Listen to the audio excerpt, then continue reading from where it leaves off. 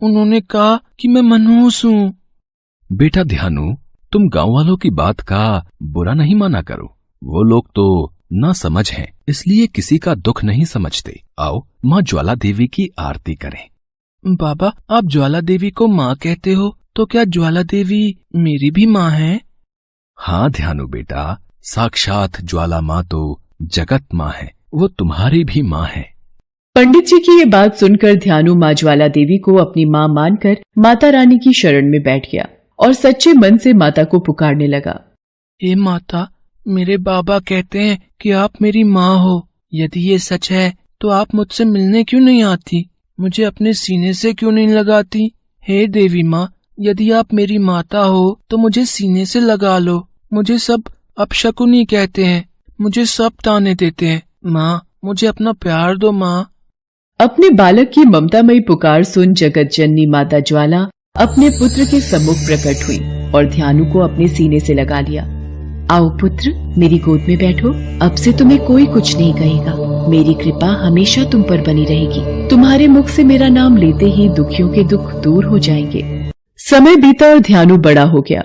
ज्वाला देवी की विशेष कृपा ध्यानु पर थी। उसकी भक्ति इतनी थी कि जब वो एक बार भी जय माता दी बोलता तो अंधे को आंख मिल जाती थी, गूंगे को जुबान मिलती थी। माता के आशीर्वाद से ध्यानु हर किसी के कष्टों को हरता था। एक बार ध्यानु भक्त 1000 यात्रियों के साथ ज्वाला माई के दर्शन के लिए जा रहा था। उन दिनों मुगल सम्राट अकबर का शासन था। दिल्ली में इतने लोगों को एक साथ देखकर अकबर के सैनिकों ने ध्यानु को रोक लिया। अरे भाई, कहाँ जा रहे हो? इतने लोग और वो भी एक साथ? हम ज्वाला माई के दर्शन को जा रहे हैं। ज्वाला माई के दर्शन? वो कौन है? हम तो उन्हें नहीं जानते। अपनी ज्वाला माई के दर्शन के लिए बाद में जाना, पहले तुम्हें सम्राट अकबर के दर्शन करने होंगे। सैनिकों, ले चलो इन्हें दरबार में। सैनिक ध्यानु भक्त को सम्राट अकबर के दरबार में ले जाते हैं। महाराज, ध्यानु नाम का ये व्यक्ति किसी ज्वाला माई के दर्शन को जा रहा है और साथ में बहुत यात्री हैं। महाराज, हम सब ज्वाला माई के दर्शन को जा रहे हैं। ये यात्री भी माता ज्वाला के भक्त हैं। ज्वाला माई कौन है और उनके दर्शन करने से क्या होगा? महाराज, ज्वाला माई ने इस संसार की रचना की है एवं पालन करने वाली माता है। माँ ज्वाला देवी अपने भक्तों की सभी मनोकामनाएं पूर्ण करती हैं। माँ ज्वाला देवी का प्रताप ऐसा है कि उनके स्थान पर बिना तेल बाती के ज्योति जलती रहती है। हम लोग हर साल उनके दर्शन करने जाते हैं। तुम्हारी ज्वाला माई इतनी ताकतवर है, इसका यकीन हमें भी दिलवाओ। आखिर तुम माता के भक्त हो, कोई करिश्मा दिखाओ जिससे हमें भी यकीन हो जाए। महाराज, मैं तो माता का एक छोटा सा भक्त हूँ, भला मैं क्या चमत्कार दिखा सकता हूँ? तुम्हें इम्तिहान तो देना ही पड़ेगा। हम तुम्हारे घोड़े की गर्दन अलग कर देते हैं। तुम अपनी देवी से कहकर उसे दोबारा जिंदा करवा देना। अकबर ने क्रोध में भरकर घोड़े की गर्दन काट दी। अपनी मुक्ति का कोई उपाय न देखकर ध्यानु भक्त ने बादशाह से कहा, महाराज, मैं देवी माँ के पास जाकर अपनी प्रार्थना करूंगा कि वो घोड़े को जीवित कर दें। आप 1 माह की अवधि तक मेरे घोड़े के सिर और धड़ को रखने की व्यवस्था करवा दें।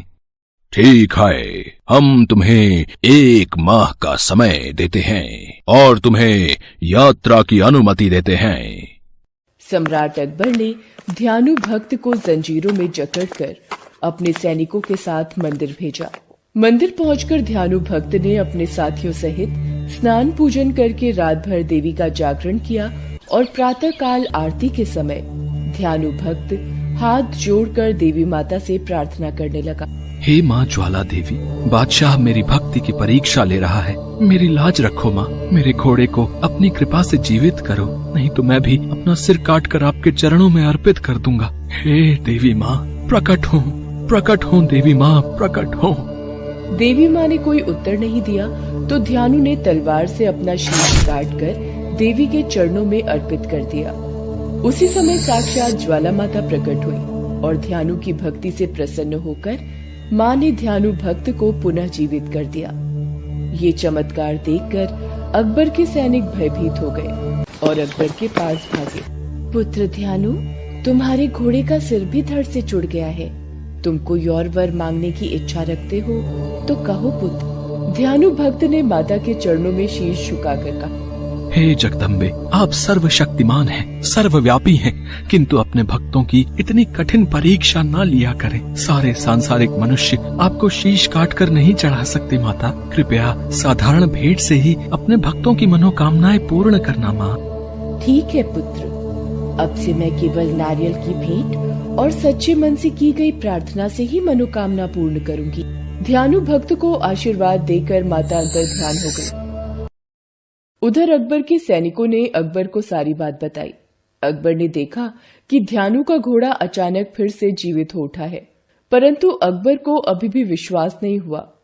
ज्वाला देवी द्वारा जल रही ज्योति पर लोहे के तवे रखवा दो, वो ज्योत मैं बुझा कर ही दम लूंगा।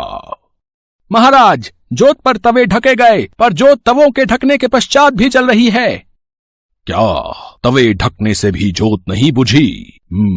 कोई बात नहीं, अब जरूर बुझ जाएगी। सैनिकों, नदियां खुदवाकर मंदिर पर पानी बहा दो, जिससे पानी का बहाव ज्योत को बुझा दे।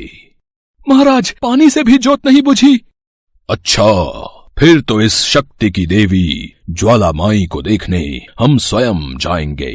लेकिन ज्वाला माई को भी तो पता चले कि मुगल सम्राट अकबर उनके मंदिर आ रहा है, तो खाली हाथ मैं नहीं जाऊंगा। सैनिकों, ज्वाला माई को भेंट स्वरूप देने के लिए एक सोने का छत्र बनवाया जाए।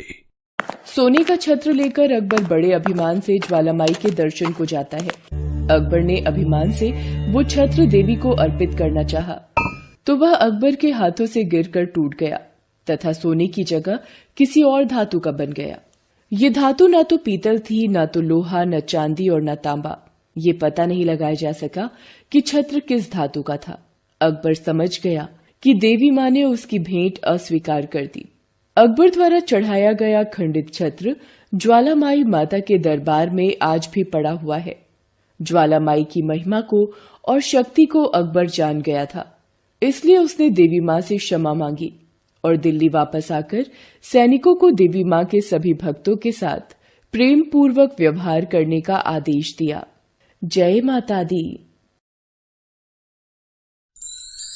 Thanks for watching.